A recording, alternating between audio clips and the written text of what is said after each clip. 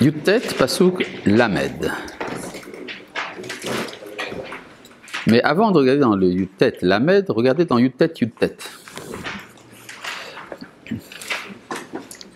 C'est dans le dialogue entre Lot et les envoyés, les anges, les prophètes, peu importe, qui veulent détruire Sodome et qui lui disent « Va, enfuis-toi dans la montagne ». Alors au verset Yuttet, « Inena matza avdecha chen be'ainecha » Voici que ton serviteur a trouvé grâce à tes yeux. « Vatagdel chasdecha asher asita imadi » Tu as grandement fait de la bonté avec moi. « Le'achayot et nafshi » de me laisser en vie. « Ve'anochi lo uchal lehimalet ha'ara » mais je ne peux pas m'enfuir dans la montagne.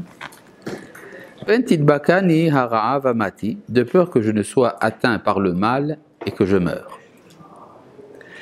Alors comment comprendre cette histoire qu'il ne peut pas s'enfuir dans la montagne? On peut dire qu'il ne peut pas aller si vite. Mais regardez dans Rashi, dans le verset Yuttet, Pentidbakani hara, de peur que je ne sois atteint par le mal, que dit Rashi, Keshehaïti etzel anshe Sedom, lorsque je résidais parmi les habitants de Sodome, Aya Akadosh Baruch Hu roe ma'asai ou ma'aseh bnei ha'ir. Dieu considérait mes actions et les actions des habitants de la ville. Vaïti nir'e tzadik, et par rapport à eux, j'avais l'air d'un juste. Urdaï le'inatzel, et qui méritait donc d'être sauvé. Ursheavo etzel tzadik ani keracha. Mais si je me rends chez le tzadik, je serai comme un méchant. Qui est le tzaddik en question? Abraham.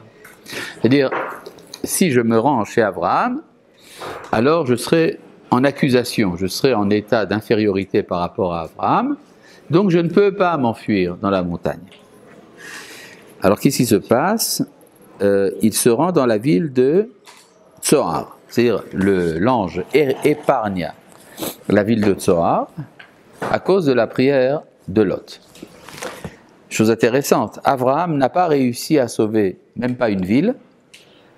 Il a demandé qu'il y ait 10 tzadikim, il n'y en avait pas. Là, il suffit de un tzadik relatif pour sauver toute une ville. Hein? C'est quoi? Comme Noah, oui, d'accord. Mais comment se fait-il qu'il arrive à faire ce qu'Abraham n'arrive pas à faire? C'est très simple, c'est parce qu'il est sur le terrain. Il y a toujours un avantage à celui qui est sur le terrain par rapport à celui qui voit les choses d'en haut.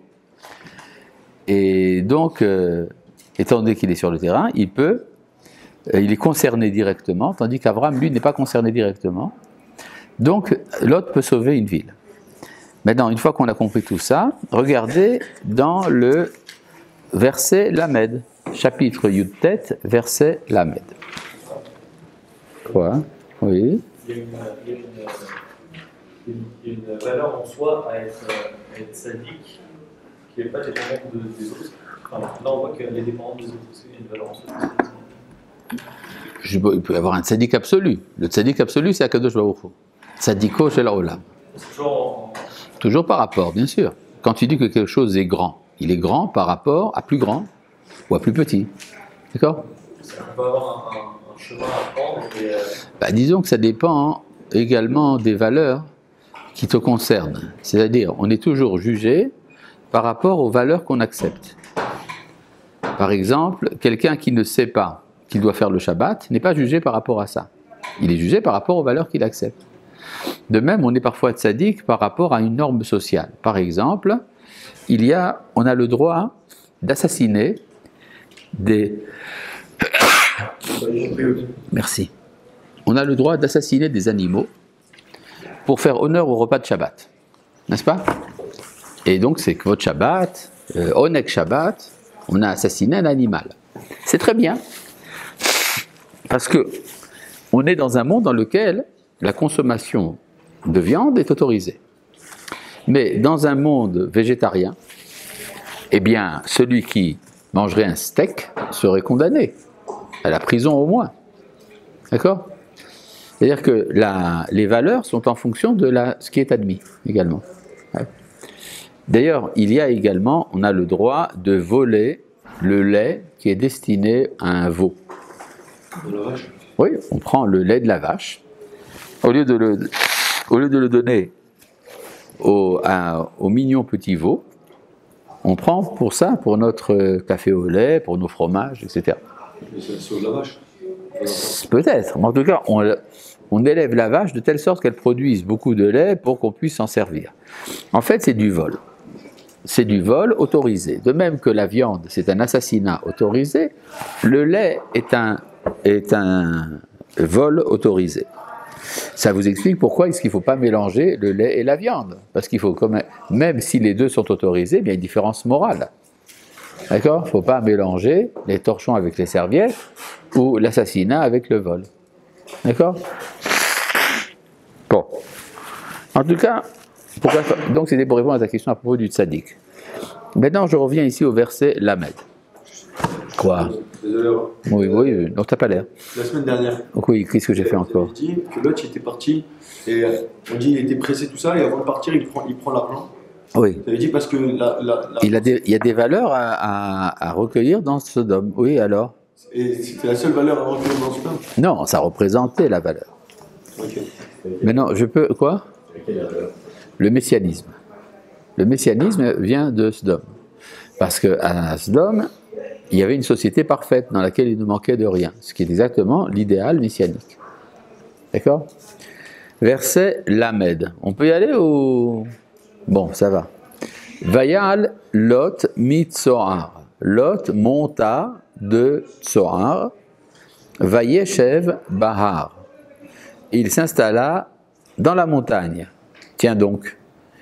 Quelques versets avant, il dit « Je ne peux pas me rendre dans la montagne ». Et là, il quitte Tsoar et il se rend dans la montagne. Ushte benotav immo, ses deux filles étaient avec lui, qui arrêt la chevet betsoar, car il avait peur de résider à Tsoar. Auparavant, il a dit « J'ai peur de la montagne, donc je veux être à Tsoar ». Maintenant, il dit « J'ai peur de Tsoar, donc je vais dans la montagne ». Qu'est-ce qui a changé? D'accord? Alors, Rachid nous dit qui arrête la chevet Betsoar, qui a les fiches a été krova l'Isdom, parce qu'elle était proche de Sdom. Bon, d'accord, mais quand même, ça veut dire qu'en fait, Lot craint l'influence de Sdom. C'est-à-dire, Tsoar est une ville proto-sdomite. C'est-à-dire, c'est pas vraiment Sdom, mais c'est pas loin. Donc, si à Sdom on se détériore, à Tsoar aussi. Alors qu'est-ce qui va se passer avec la montagne? Il ne peut pas aller dans la montagne parce qu'il y a Avram. Alors qu'est-ce qu'il fait? Vayeshev Bameara. Il s'installa dans la caverne. Où est la caverne? Dans la montagne. Où ça dans la montagne? En bas ou en haut? En haut, il y a Avram. Oui, et en bas il y a Sdom. C'est quelque chose au milieu.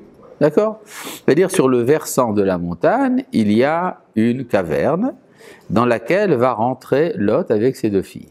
D'accord? Quoi? Ça veut dire qu'il est à mi-chemin entre Sdom et Avram. C'est un personnage qui est fait des deux à la fois. Il est un peu Sdom, il est un peu Avram. Ce qui va créer une situation explosive, étant donné que Avram et Sdom, ce sont des antithèses. Avram est celui qui donne la générosité, tandis que Sdom, c'est l'égoïsme. On refuse la tzedaka. Donc, qu'est-ce qui va se produire là-bas?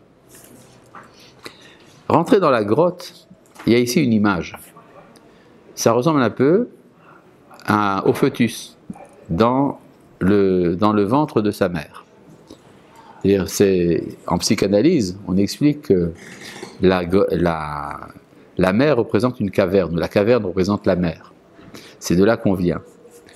Probablement de là également l'idée de Platon avec le mythe de la caverne. Il va rentrer donc dans la caverne. Vatomer à Bechira et la Tseira, et la plus âgée dit à la plus jeune. Avinu Zaken, notre père est vieux. Veish en baaretz, lavo alenu keder kol haaretz. il n'y a pas d'homme sur la terre pour venir à nous comme il est d'usage dans toute la terre. Ah bon? Pourquoi elle pensait qu'il n'y avait pas d'homme sur terre? Pourquoi elle pensait que le monde entier était détruit? Ben non, Sodome est détruite, d'accord, mais il va dans la montagne. Dans la montagne, on voit bien que ce n'est pas détruit. Alors pourquoi est-ce qu'elle pense qu'il n'y a personne sur la terre? Bizarre. Lecha nashke avinu yain, alors abreuvons notre père de vin, venishkeva imo, couchons avec lui, unchayem avinu zara, et comme ça nous pourrons faire revivre de notre père une semence. Vatashkena et avien yain, et elles ont abreuvé leur père de vin, balaïlahu, dans cette nuit-là. Maintenant j'aimerais comprendre, où est-ce qu'il y avait du vin dans la grotte?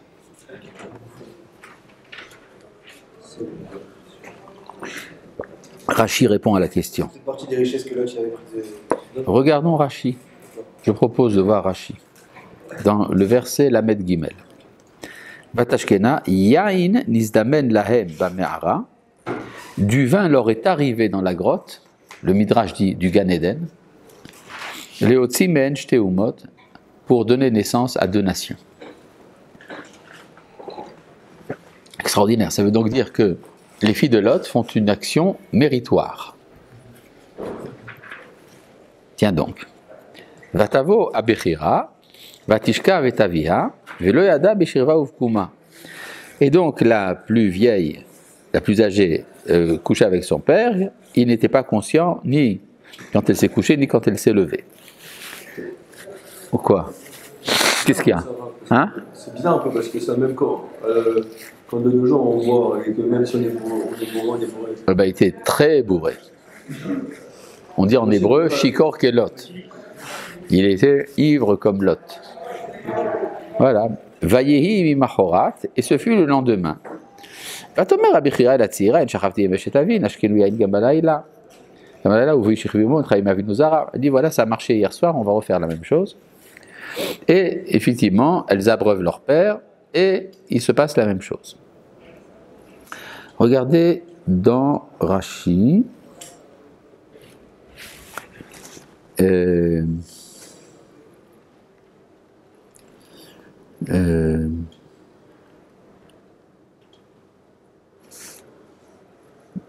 Non, c'est pas écrit dans Rashi. Il y a dans le Midrash, il est dit, par le mérite qu'a eu la plus âgée de coucher avec son père un jour avant, sa descendance est entrée dans le peuple d'Israël 4 générations avant celle de la deuxième. En effet, de la première est né Moab, de la deuxième Ammon. Du peuple de Moab est née finalement une femme du nom de Ruth, qui est l'arrière-grand-mère du roi David. Et de la deuxième est née la nation de Ammon, d'où est sortie plus tard une femme du nom de Naama, Ha'amonite, Naama l'Ammonite, qui a été mariée à Shlomo, le fils de David, et qui a donné naissance à la lignée messianique. Mais Ruth aussi, tu parlais de 2 ici. Oui, mais Ruth, elle a précédé de 4 générations.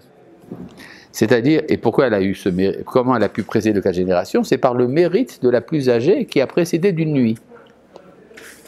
On a l'impression d'être dans un roman surréaliste, oui.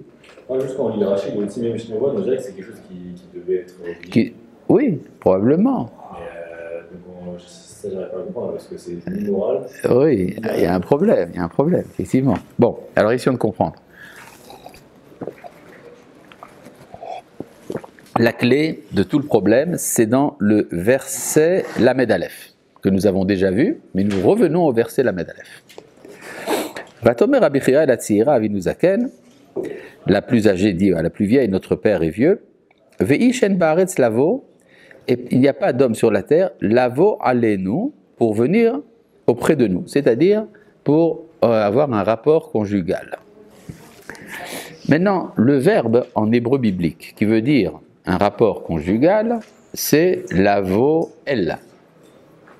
Lavo el, venir auprès d'eux. Par exemple, avoa elea, kikar ishisha, uva elea. Donc le verbe en hébreu c'est lavo et avec une conjonction el.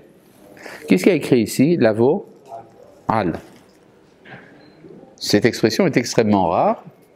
Elle apparaît 2 fois dans la Torah seulement. La première fois c'est où? C'est ici. La deuxième c'est dans le livre de Devarim. Dans le livre de Devarim, il est dit à propos du yiboum, lorsqu'un homme meurt et qu'il n'a pas d'enfant, alors sa femme ne se marie pas avec qui elle veut, son yavam, c'est-à-dire son beau-frère, yevama yavo aleha. Et là-bas, le terme employé, donc pour parler du rapport conjugal, c'est lavo al. C'est le seul cas. Donc, pourquoi est-ce que quand il est question du yiboum, on dit lavo al? Parce que al, ça veut dire en plus. En plus du premier mari, maintenant il y a le deuxième mari. Lavo al. Et donc, ce qu'elles disent ici, les filles de Lot, elles disent il n'y a personne sur terre qui reste parmi les sodomites. Donc on ne peut pas faire le yiboum de la ville de Sodome, c'est-à-dire que la ville de Sodome est perdue dans l'histoire. Il n'y a plus rien à récupérer. Il ne reste qu'un seul sodomite dans le monde. C'est papa. Et donc elles font une mitzvah de yiboum. C'est ça leur intention. D'accord? Pour qu'il y reste quelque chose de Sodome dans le monde. Donc elles sont des bonnes élèves d'Abraham. D'un autre côté, c'est pas très esthétique. D'accord? Un père avec ses filles, etc. Et en plus, c'est même pas les yiboum concrets, c'est pas ça? Si, c'est ça le yiboum. Le yiboum est une très ancienne institution. La preuve, c'est que Yehuda dit à son deuxième fils, quand son premier fils est mort, il dit, il faut que tu fasses le yiboum de sa veuve, d'accord? Qui s'appelle Tamar, d'accord? Et quand le deuxième meurt, elle doit être donnée à Sheila. Et Yehuda ne veut pas, parce qu'il a peur que Tamar ne soit mortifère, et donc il repousse son mariage. Tamar, elle se dit, mais ça ne va pas se passer comme ça, elle va séduire Yehuda pour faire un yiboum.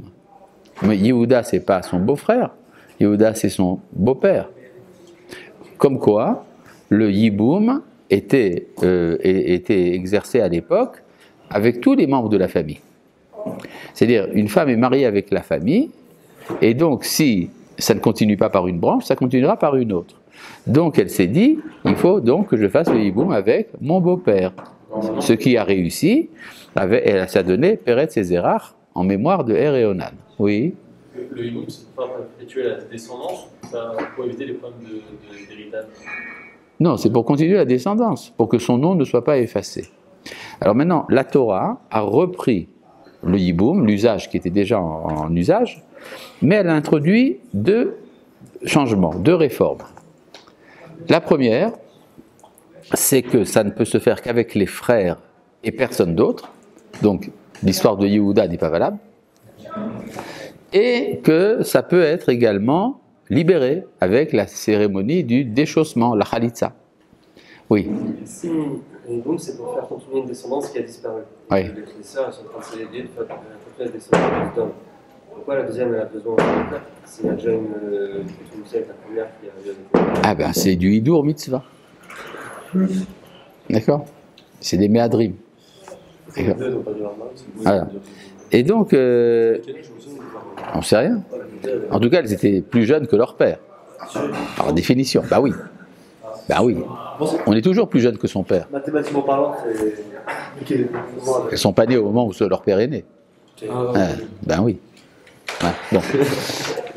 Oui. Il y a quelque chose de particulier pour le fait que ce soit les Mahorat, que ce soit le lendemain et pas Probablement, oui, je ne sais pas. Je ne sais pas ce que disait Midrashim. Oui. Quel est l'intérêt de récupérer Alors justement, elles se disent qu'il n'y a rien dans le monde qui est irrécupérable.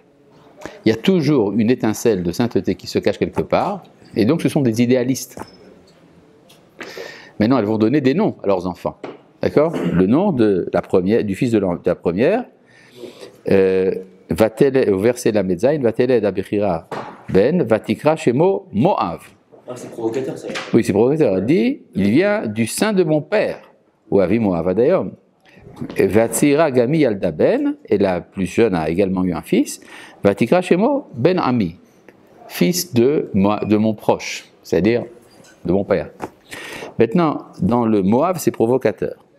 D'accord? C'est provocateur, c'est de la chutzpah, ce qui est à l'origine de ce qu'on appelle dans la Gemara chutzpah de Ikveta d'Imshicha, la chutzpah de l'époque messianique.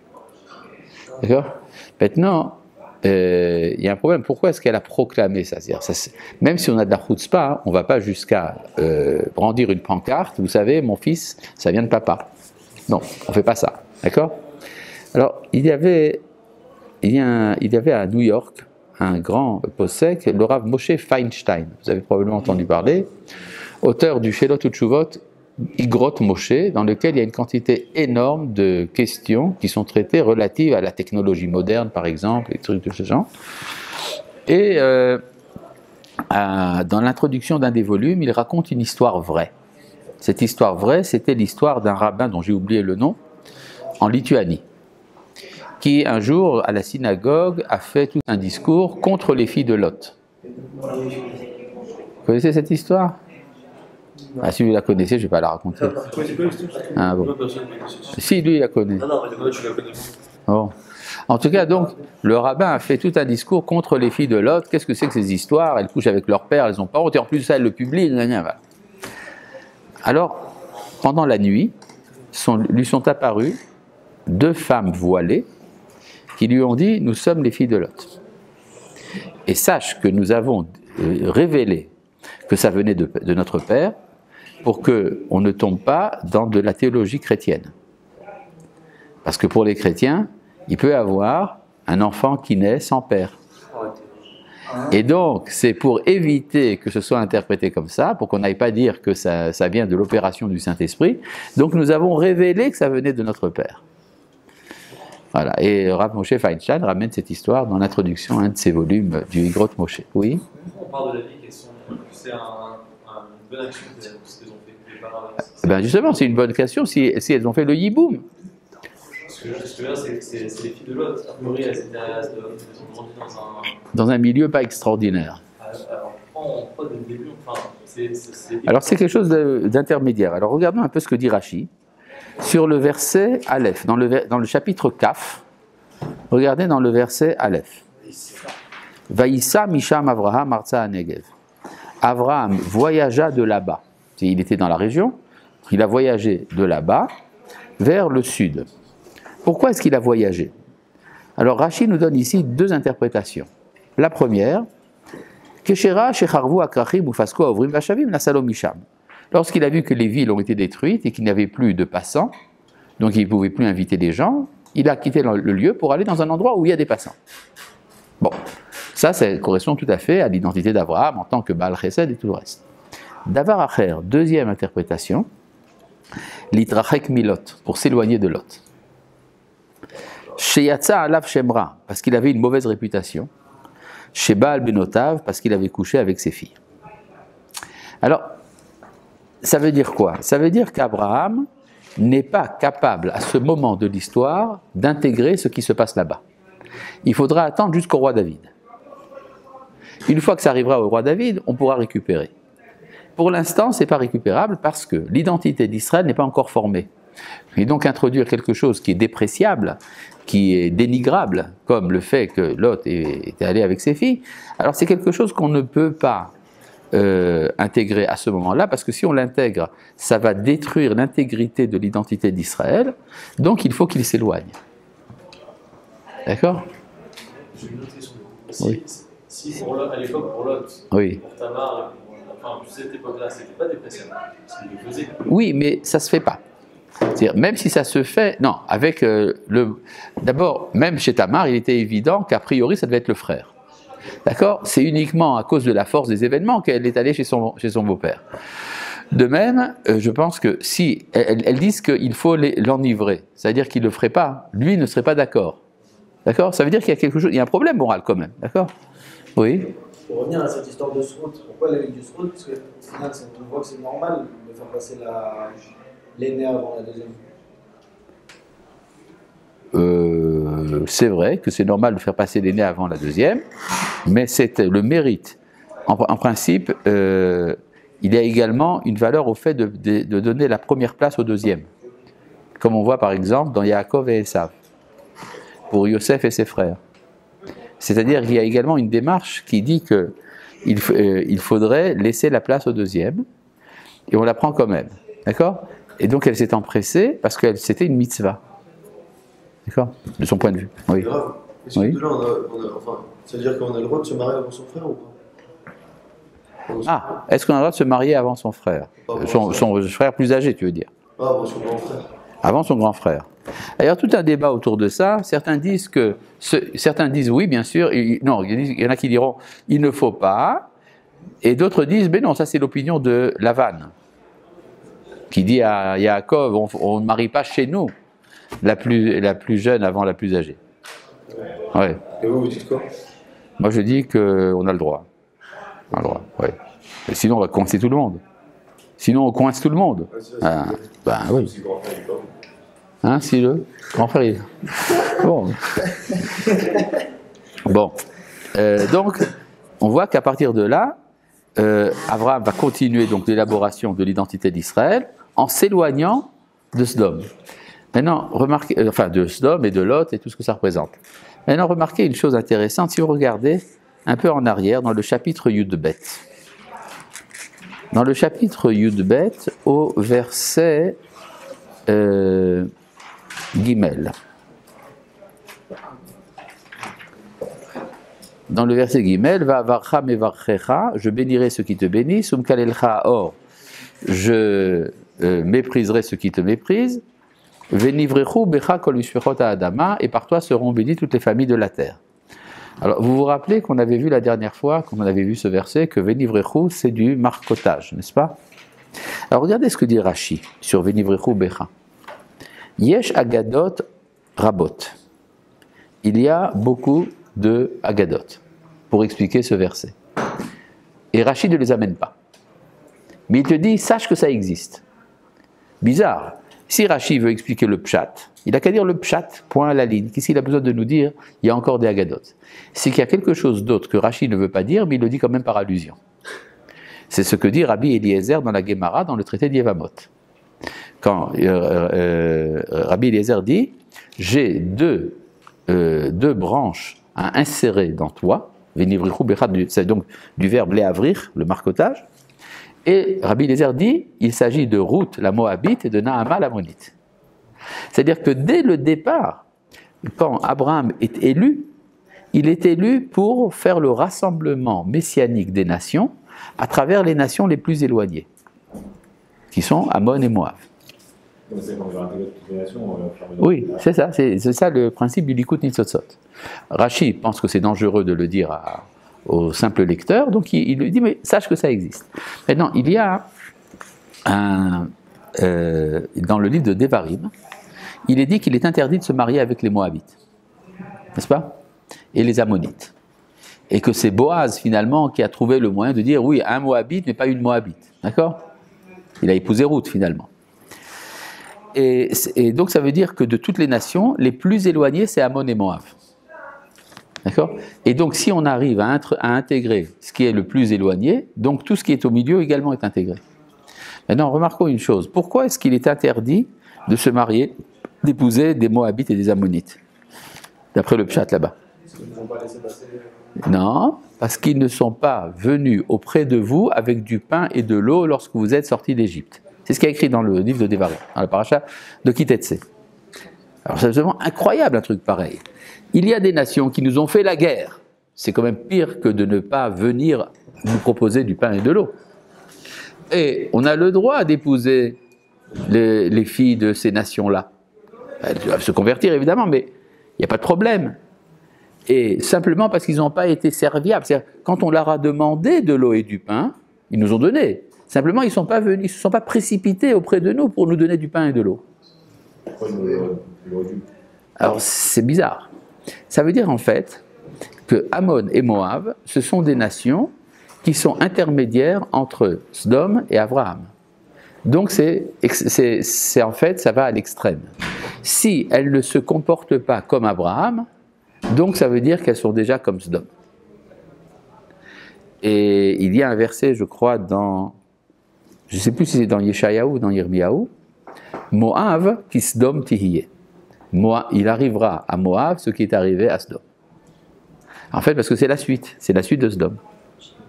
D'accord? Donc, soit ils sont généreux, et donc c'est ça l'épreuve, particulièrement pour Ammon et Moab. Si Ammon et Moab sont généreux, ça veut dire qu'ils ont intégré l'identité d'Abraham. S'ils ne le sont pas, c'est qu'ils sont des sodomites. Oui. Qui ne sont pas pressés. Exactement, oui. Amalek, c'est pas encore plus éloigné. Ben non, justement. C'est pire qu'Amalek. Ouais. Amalek, il n'y a pas de coup. Si, on les igouille. Amalek? Non. Seulement s'ils font pas. Hein? On ne peut pas les rapprocher. On ne peut pas rapprocher les Amalékites? Pourquoi? Il y a dans la Guémara que des descendants de Haman ont enseigné la Torah. D'accord? Ibn Banaf chez Haman, Ibn Torah Israël. Même à la sortie d'Égypte, ils ne se sont pas précipités pour amener du pain. Non, ils sont venus pour nous faire de la guerre. D'accord? Oui, mais eux, ce n'est pas leur épreuve. L'épreuve d'Amalek, c'est s'ils font la paix ou pas avec Israël. D'accord? Tandis que pour ce qui est de Ammon et Moab, leur épreuve, c'est ce qu'ils sont prêts à nous proposer généreusement du pain et de l'eau. D'ailleurs, ça explique en fait, quand Rachid dit, quand Abraham a vu qu'il n'y avait plus de passants, c'est la même chose que s'éloigner de Lot. Parce qu'Abraham, justement, lui veut faire du chesed. Il veut faire du chesed. D'ailleurs, il y a un grand principe à propos du davar acher. Quand Rachid dit une interprétation, et qu'après il en donne une autre, il dit davar acher. Est-ce que c'est une autre interprétation? Non, c'est un autre aspect de la même interprétation. Ça, on peut le prouver, mais bon, ce serait une étude à faire. Bon. Vaïssa Misham, je reviens ici au verset Aleph, chapitre Kaf, au verset Aleph. Vaïssa Misham Avraham Arza Anegev, Avraham voyagea de là-bas vers le pays du sud. Vayeshev Ben Kadesh ou Ben Shur. Il s'installa entre Kadesh et Shur. C'est où ça, Shur? C'est à la frontière de l'Égypte. Et Kadesh, alors il y a plusieurs Kadesh, mais c'est dans la Arava, en direction de Élat. C'est-à-dire qu'Abraham va faire paître ses troupeaux dans la région du sud du Negev, nord du Sinaï. D'accord? Vayagor Bigrar. Et il résidait à Gerar, c'est-à-dire son quartier général était à Gerar. Qu'est-ce qu'il y a à Gerar? Où c'est Bichlad, Gerar? Vous savez pas où c'est Gerar? Gerar, c'est entre Gaza et Rafiah. Hein? Rafiah, c'est à la frontière. Aujourd'hui, c'est coupé en deux, moitié en Israël, enfin dans la bande de Gaza, l'autre moitié en Égypte. D'accord? Et donc, entre Rafiah et Azza se trouve Gerar. C'est exactement l'endroit qu'on appelait dans son temps Gush Katif. D'accord? Et Abraham va s'installer à Gerar. Maintenant,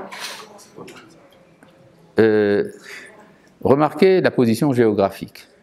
Gerar n'est pas loin de la mer. D'accord? De Gerar, on voit la mer Méditerranée. À part ça, il y a une route qui passe par Gerar. C'est la route qui va de l'Égypte au pays du Nord, en Turquie, etc. En fait, c'est le lieu de la voie internationale. C'est une autoroute internationale qui relie les différents continents, qui relie les civilisations. Donc, à partir du moment où Abraham a vu que dans la région de Sodome, il n'y avait plus rien à faire, il va se rendre dans la région cosmopolite, dans la région dans laquelle il y a la voie de passage, et c'est ça qu'il cherche. Il cherche des gens à inviter. D'accord? Bon. Vayomer Avraham el Sarah ishto achotihi. Avraham dit de Sarah, sa femme, qu'elle était ma sœur. Vous connaissez, ça vous rappelle quelque chose? Ouais. Vaishlach Avimelech melech Gerar, Vaikach et Sarah. Avimelech, roi de Gerar, envoya prendre Sarah. C'est la deuxième fois qu'il fait ça quand même. La deuxième fois. Si on va selon le Pshat, c'est la deuxième fois. C'est le même. Hein? C'est le même Abimelech Le même Avimelech que quoi? que précédemment. Précédemment, il n'y avait pas d'Avimelech. Où tu as trouvé un Avimelech avant? C'est la première fois qu'on le voit, Avimelech. D'accord? Et donc, selon le Pshat, ça s'est passé, c'est donc la deuxième fois. Mais moi, je pense que c'était la première fois. C'est-à-dire l'histoire de Sarah qui est prise par le pharaon, ça s'est passé après ça. C'est-à-dire qu'en fait, quand Abraham est à Gerar, il se rend vers l'Égypte. Donc la première fois, elle est emparée par Avimelech, la deuxième fois par le pharaon. Mais c'est pas comme ça dans le Pshat. C'est-à-dire dans le Pshat, c'est pas vraiment écrit, mais je pense que c'est vrai, j'ai des raisons de le penser. L'une des raisons, par exemple, c'est que Abraham arrive comme un simple particulier, alors qu'il était le roi de toute la région. Alors comment est-ce qu'on peut penser, tiens, Abraham maintenant se promène avec sa sœur? Quelque chose qui ne tient pas la route, d'accord? Donc ça veut dire qu'à ce moment-là, Abraham n'était pas encore très grand. D'accord? Bon. Oui. À moins qu'il y ait des bonnes raisons. C'est-à-dire le fait qu'il ait caché l'identité de Sarah chez Avimelech est valable, et encore plus en Égypte. D'accord? Oui, mais on va devoir comprendre ce qui se passe là-bas.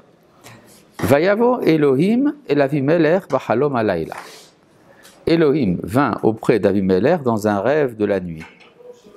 Vayomerlo, il lui dit, Inchamet, tu vas mourir. Alaïcha asher la karta, à cause de la femme que tu as pris. Vehi beulat Baal, alors qu'elle est mariée.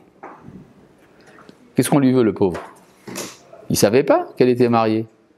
Il pensait qu'elle était la sœur d'Abraham. Qu'est-ce qu'on lui veut? On va voir. Vavimelech lo kara velea. Or, Avimelech ne s'était pas approché d'elle. On va comprendre par la suite qu'il était malade. Vayomar, il dit, Adonai, Seigneur, Hagoy gam tzadik ta'arog, comment tu tuerais aussi un peuple juste? C'est-à-dire que tu aies tué les habitants de Sodome ou la génération du déluge. Je comprends, ils étaient pécheurs, mais moi je ne suis pas pécheur. Hallo, hu amarli, achoti, alors qu'il m'a dit, c'est ma sœur. Vigamhi amra, achiou, et elle aussi a dit, c'est mon frère. Betom levavi, dans l'intégrité de mon cœur. Ou venikion kapai, dans la pureté de mes mains. Asiti zot, j'ai fait cela. L'argument est-il bon ou pas? Il est bon. Vayomer elava Elohim bachalom. Et alors Dieu lui répondit dans le rêve, Gamanochi adati, moi aussi je sais, qui betom levavra asita zot, que tu as fait ça dans l'intégrité de ton cœur, mais pas dans la pureté de tes mains. Déjà une différence. Vaïrsor gamanochi otra mechatoli. Et donc je t'ai moi aussi empêché de pécher envers moi. Alken lo netaticha lingua elea. C'est pour ça que je ne t'ai pas laissé l'approcher. Alors là, j'ai vraiment rien compris. Dieu lui dit, voilà, tu vas mourir parce qu'elle est mariée. Il dit, je ne savais pas qu'elle était mariée. C'est vrai, tu as raison. Il n'y a pas la route. Okay. Comme si le bon Dieu, il se disait, ouais, au fait, mon argument n'est pas très bon, mais j'en ai d'autres. Hein? Oui. C'est quoi la karta? Hein? Quand il l'a prise. Il l'a pris, oui. Il n'a pas pu la toucher. Il a pu la toucher, mais il l'a pris. Comment il l'a pris? Je ne sais pas comment il l'a pris. Avec un lasso peut-être, je ne sais pas moi. Non. La karta Baleisha. Oui, d'accord, mais là c'est bon, il l'a pris. Je ne sais pas. Mais là, on peut imaginer des tas de choses. Comment? Des gens la chercher, tu reviens avec nous. Par exemple, oui, bon, étant donné que la Torah ne donne pas des détails, donc on peut imaginer ce qu'on veut. Oui. Est-ce que Abimelech va mourir de ça? Parce qu'il y a une promesse d'Hachem avant. Enfin, il a donné d'abord un ordre, et après il est beaucoup est revenu sur ces paroles. Est-ce que le fait d'avoir dit Inéchamet, ça sera à cause de ça? Donc c'est pas à cause de ça qu'il doit mourir. Ça veut dire qu'il doit mourir, mais pas à cause de ça. Ah, alors à cause de quoi? Il y a dans la Guémara, on demande pourquoi est-ce que les gens meurent. Il y a plusieurs endroits dans la Guémara, pourquoi est-ce que les gens meurent? Comment? Quoi? In quoi? In? Le Aïna. Le Aïnara, oui, ou la maladie, etc. Mais quelle est la raison morale? Alors, il y a par exemple une question que pose la Guémara, pourquoi est-ce que les ignorants meurent? Un ignorant ne devrait pas mourir, parce qu'il ne connaît pas la loi, et contrairement à l'opinion du droit romain qui est que nul n'est censé ignorer la loi, dans la halakha c'est le contraire, si j'ignore la loi, je ne suis pas responsable. Et donc, pourquoi est-ce que le Hamaharetz, l'ignorant, meurt? Réponse de la Guémara, il meurt parce qu'ils disent de la synagogue, ils appellent la synagogue Bet Am, la maison du peuple, et ils appellent le Haron HaKodesh Haron, l'armoire. Ils ne disent pas l'armoire sainte. C'est quoi cette histoire? Parce que, qu'est-ce que le Hamaharetz accepte comme norme? On a vu tout à l'heure, c'est l'histoire de la norme que j'accepte. Il accepte le respect de la Torah. Et donc, il meurt quand il transgresse son engagement envers le respect de la Torah. Maintenant, pourquoi est-ce que un tzaddik meurt? Il accepte les lois de la Torah. Ben, comment? Lui, il connaît la Torah, mais s'il est tzaddik et qu'il ne transgresse pas la Torah, alors pourquoi est-ce qu'il devrait mourir? Parce qu'il n'est pas chassid. C'est-à-dire il devrait faire plus et il ne fait pas plus. C'est-à-dire la norme acceptée par le chassid, par le tzaddik, c'est la chassidoute. Et donc quand il ne va pas plus loin, c'est là qu'il meurt. Autre question qui se pose donc, posée par la Guémara, pourquoi est-ce que les goïms meurent? Ils n'ont pas la Torah, donc pourquoi ils devraient mourir? Alors parce qu'il y a les 7 lois noachides. Oui, mais finalement, la Guémara dit mais que Dieu a levé l'interdiction, parce qu'il a vu qu'ils n'étaient pas capables, alors il a levé. Et c'est vrai ça? Non, je mens. Non mais je veux dire, c'est pas ça, la question c'est est-ce que à l'heure actuelle ils sont plus soumis aux 7 lois noachides? Bien sûr qu'ils sont soumis, mais attends, la Guémara pose la question, comment ils ne seraient pas soumis? On dit non, ils sont soumis, mais pas en tant que mitzvah, mais en tant que derech eretz, en tant que morale. Et donc, en tant que politesse, dans le sens large du mot, d'accord, le comportement en société. Et donc, ce que dit la Guémara, c'est qu'il meurt à cause de fautes de politesse. Et alors, quelle est la faute de politesse de Avimelech? C'est pourquoi est-ce qu'Abraham a jugé qu'il était nécessaire de cacher l'identité de Sarah? Parce qu'il a vu qu'est-ce qui se faisait quand il arrive à Guérar. C'est que quand arrive un étranger, la première chose qu'on devrait lui demander, c'est s'il veut manger et boire. Et non pas si celle-là c'est ta sœur ou ta femme. D'accord? Or, quand il a vu que c'était ça la question qu'on lui posait, c'est pour ça qu'il a caché. Donc, c'est un manque de politesse. C'est la raison de la mort. Oui? Pourquoi le chassid il meurt alors? Ah, le chassid il meurt pour des raisons supplémentaires. Il faudra trouver. D'accord? Il y a tout un texte de la Guémara, non, du Midrash. Pourquoi est-ce que les gens meurent? Et la question c'est pourquoi est-ce qu'Abraham, Yitzhak, Yaakov et Moshe sont morts? Ouais, ce sont des 4 questions que pose le Midrash. Alors il y a tout un texte du Maharal de Prague. Dans les Drashot Maharal, il y a là-bas un espède qu'il a fait pour un tzaddik de Prague. Et là-bas, il pose la question pourquoi est-ce que les tzaddikim meurent? Enfin, les grands tzaddikim meurent. D'accord? Hein? Pour les rappels. J'en sais rien. Je ne sais pas. En tout cas, il dit pas ça qu'il dit là-bas, le Maharal. D'accord? Il dit autre chose. Et donc. Et juste, c'est dans quel Gemara qu'il y a ce discours-là de pourquoi il meurt? Ah, ça, je crois que c'est à propos des goïms. C'est dans Makot. Dans Makot d'Aftet. D'accord? Bon. Hein? Qu'est-ce qu'il y a encore? Ouais, bon. Alors maintenant, regardez ce que dit le verset Zayin, encore plus surprenant. Donc ça veut dire ce qu'il lui dit. Tu as fait ça dans l'intégrité de ton cœur, puisque tu ne savais pas qu'elle était mariée. Mais tu n'étais pas pur dans tes mains, puisqu'il y avait un manque de politesse. C'est pour ça que tu meurs. Oui. Il meurt parce qu'ils ont demandé par rapport à. Leur norme était de se comporter comme il faut avec l'étranger. Ils Oui, n'ont pas proposé de. oui, exactement, ça ressemble. Oui, exactement. Quoi? Ils n'ont pas proposé? Ils n'ont pas proposé ou alors parce qu'ils ont demandé pour. Je ne sais pas, c'est la même chose. La Guémara dit, est-ce que quand arrive un étranger, on lui demande s'il veut manger ou boire, ou si c'est sa femme ou sa sœur? Donc on peut interpréter dans les deux sens. Bon, passons au verset Zayin, vous allez avoir encore une plus grande surprise.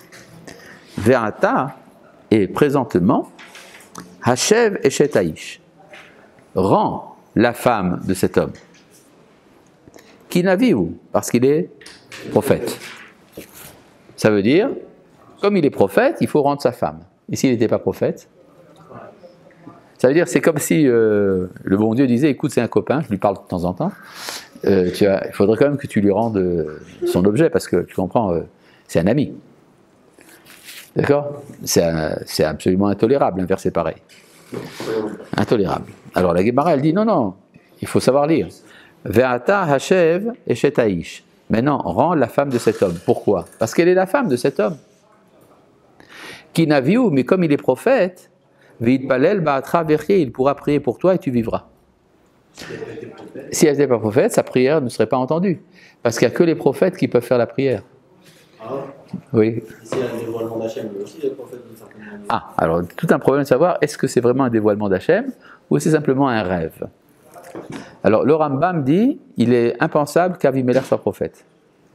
C'est ce qu'il dit dans le Moré Nevuchim. Et il dit, la preuve, c'est la manière dont c'est présenté. Vayavo Elohim el Avimelech bechalom halayla. Elohim est venu auprès d'Avimelech dans un rêve.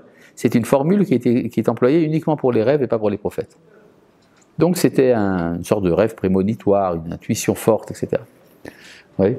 En tout cas, il lui dit, d'ailleurs la preuve, c'est qu'il a raison, c'est qu'il dit que Abraham est prophète, pas toi. Il dit, comme il est prophète, sa prière sera entendue. Pourquoi donc? Parce qu'il n'y a que les prophètes qui peuvent faire la prière. On avait vu ça dans l'étude sur la Tefila.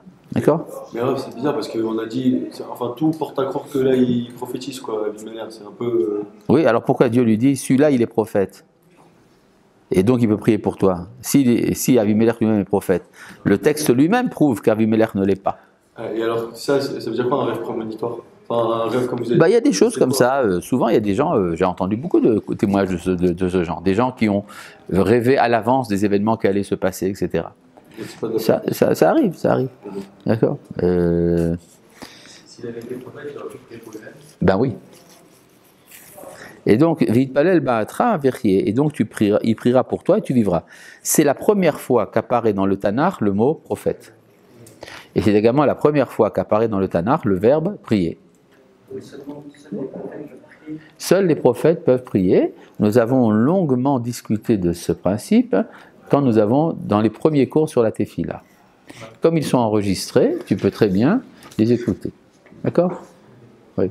D'ailleurs, on avait même prouvé que le Shulchan Aruch le dit aussi. Oui. Il n'y a aucune notion de prière avant avec les enfants entre Adam Rishon et Abraham. Ben, montre-moi où. C'est-à-dire que, d'ailleurs, historiquement parlant, la première forme de culte, ça a toujours été le sacrifice. La prière est plus tardive. C'est pour ça que la Guémara nous dit Tefilot avot tiknum. Les prières ont été instituées par les avot. Parce que c'était un problème. Mais qui dit qu'on peut faire la prière. Maintenant, ça ne veut pas dire qu'il n'y avait pas eu occasionnellement un tel ou un tel qui a fait la prière. Mais ce n'est pas devenu une institution. Tiknum, c'est-à-dire qu'ils ont institué. Juste ça. Oui. Alors. C'est pas dans la Torah qui a marqué. Enfin, c'est pas dans le chat qui a marqué par rapport à la femme de Lot, parce qu'on n'en a pas parlé. La femme de Lot, comme quoi elle se transforme en sel, elle se retourne. Et alors, quel est le problème? Donc ça, c'est un midrash, quoi? Non, c'est écrit dans la Torah. Ah. On n'a pas lu le verset. Est-ce que je lis tous les versets? Non. Bon, mais c'est écrit. Ouais. Bon. Vimencha meshiv, mais si tu ne la rends pas, da ki mot tamut, sache que tu mourras. Ata v'chol asher lach, toi et tout ce qui t'appartient, parce que tous ont participé de la faute. Et donc finalement, il va rendre Sarah. Regardez dans le verset tête. Le verset tête est très important. Vaïkra Avimelech le Avraham. Avimelech appela Avraham. Vayomerlo, me asita lanu ou me hatatilach. qu'est-ce que tu nous as fait? En quoi ai-je péché envers toi? Qui eveta alai val mamlachti chata gedola, pour que tu amènes sur moi et mon royaume une grande culpabilité. Ma'asim asher lo ya'asu asita imadi. Tu as fait des choses avec moi qui ne se font pas. Ça veut dire quoi? Ça veut dire qu'en fait, il lui dit, en Égypte, je comprends que tu caches l'identité de Sarah. Ils sont complètement dépravés, les Égyptiens. Donc, tu as raison d'avoir peur. Mais chez nous, nous sommes policés. Donc, qu'est-ce qui fait que tu as décidé de cacher l'identité de Sarah? D'accord? Verset Yud. Donc, le verset tête, il est prononcé par qui? Par Avimelech. Verset Yud, Vayomer Avimelech. Il manque quelque chose. C'est-à-dire qu'Abraham n'a pas répondu. Pourquoi il n'a pas répondu? Parce que pour lui, c'est évident. Donc il ne va pas dire des évidences à Avimelech. Mais Avimelech, lui, ne comprend pas. Vayomer Avimelech Abraham, Maraïta ki asita davar ze. Qu'est-ce que tu as vu pour faire cette chose-là? Et il lui répond, Vayomer Abraham dit, Ki amarti, parce que je me suis dit, Rak enirat Elohim bamakom hazeh. Il manque seulement la crainte de Dieu dans ce lieu. Varagun et Aldvarishti, on me tuera à cause de ma femme. C'est quoi? Il n'y a que la crainte de Dieu qui manque. Ça veut dire qu'Abraham reconnaît que la nation d'Avimelech sont des gens civilisés, mais il leur manque quelque chose. C'est quoi qui leur manque? La source de la morale. C'est-à-dire la crainte de Dieu, ça veut dire ils sont moraux, mais ils n'ont pas la crainte de Dieu. Or, quand on rencontre une femme de la beauté de Sarah, s'il n'y a pas la référence au divin dans la morale, alors tout est possible, même de tuer Abraham. Oui. C'est-à-dire que quoi, la morale ne peut pas exister sans crainte de Dieu? Elle ne peut pas tenir le coup. Elle existe sans la crainte de Dieu, mais elle ne peut pas tenir à longue échéance sans la crainte de Dieu. Alors ça, si vous voulez, Abraham est ici un anti-kantien. Pour Kant, la morale s'impose comme ce qu'on appelle un impératif catégorique. L'impératif catégorique, selon Kant, ça veut dire que il faut être moral parce qu'il faut être moral parce qu'il faut être moral. C'est-à-dire, c'est la raison qui fait que je ne peux pas être immoral si je suis logique. D'accord? Et Abraham lui dit, oui, d'accord, mais ça peut marcher provisoirement. À la longue échéance, ça ne marchera pas. Comment est-ce qu'Abraham sait ça? Il a lu dans le Rav Kook la réaction à Kant qui dit Hamusar lo ya'amod lelo mekoro. La morale ne peut pas tenir sans sa source. Maintenant, il y avait un des commentateurs du Chumash, le Malbim. Vous avez entendu parler du Malbim? Le Malbim, il vivait en Roumanie. Quand? Au 19e siècle. Et je mens. Au 19e siècle. Et il était passé d'ailleurs par la ville de Königsberg, la ville où habitait Emmanuel Kant. Et dans son commentaire du verset que nous venons de lire, il dit « Il y a des philosophes qui disent que la morale dépend simplement de l'intelligence de l'homme. » Il a raison, on voit très bien de quoi il parle. Et il dit « Et c'est ça que pensait Avimelech, et c'est ça que Abraham lui répond. » D'accord? Le Malbim a plusieurs fois des citations sans dire le nom, des citations de Kant dans ses commentaires du Tanakh. Oui. Du coup, est-ce que Milan, il était quand même idolâtre ou est-ce que c'était un athée en fait finalement? Est-ce qu'on n'en sait rien? La Torah ne dit pas si. De crainte de Dieu, même si c'est de l'idolâtrie, ils imaginent que c'est un Dieu. Alors, ce qu'il y a, c'est qu'on voit ici que Avimelech apparaît comme étant un monothéiste et Abraham comme un polythéiste dans la suite. Oui. Regardez comment c'est écrit au verset Yud Gimel. Vayehi ka'asher it'u oti Elohim mibet avi. Ce fut lorsque les dieux m'ont éloigné de la maison de mon père. C'est Abraham qui parle. Et donc il emploie un langage polythéiste, alors que Avimelech semble parler au nom de Dieu. D'accord? Ce qui prouve que du point de vue de la Torah, ce qui est central dans le personnage d'Abraham n'est pas son monothéisme, mais qu'il est l'ancêtre du peuple hébreu. Ouais. Ça ne veut pas dire qu'il n'était pas monothéiste. Il était, nous savons par tradition orale qu'il était monothéiste. Mais le langage qu'il emploie peut prêter à confusion. Et donc, finalement, Abraham quitte Avimelech avec sa femme, elle reçoit d'ailleurs une compensation, 1000 pièces d'or, d'argent, etc. D'accord? Donc,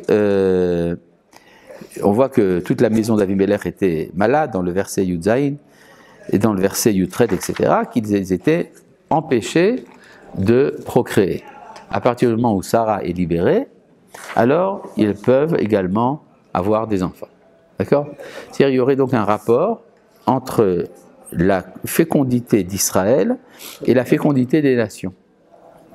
Il y a dans le Midrash que quand Sarah est devenue enceinte, Harbe akarot nifkedu ima, de nombreuses femmes stériles ont été libérées en même temps qu'elle. Intéressant de voir qu'en 1948, le peuple d'Israël a accédé à l'indépendance politique. Au même moment, l'Empire britannique s'effondre et des dizaines de pays deviennent indépendants.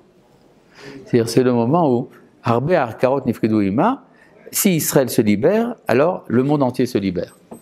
Ce n'est pas le cas d'ailleurs pour l'Empire colonial français, ça a pris plus de temps, mais ça a commencé avec les Britanniques.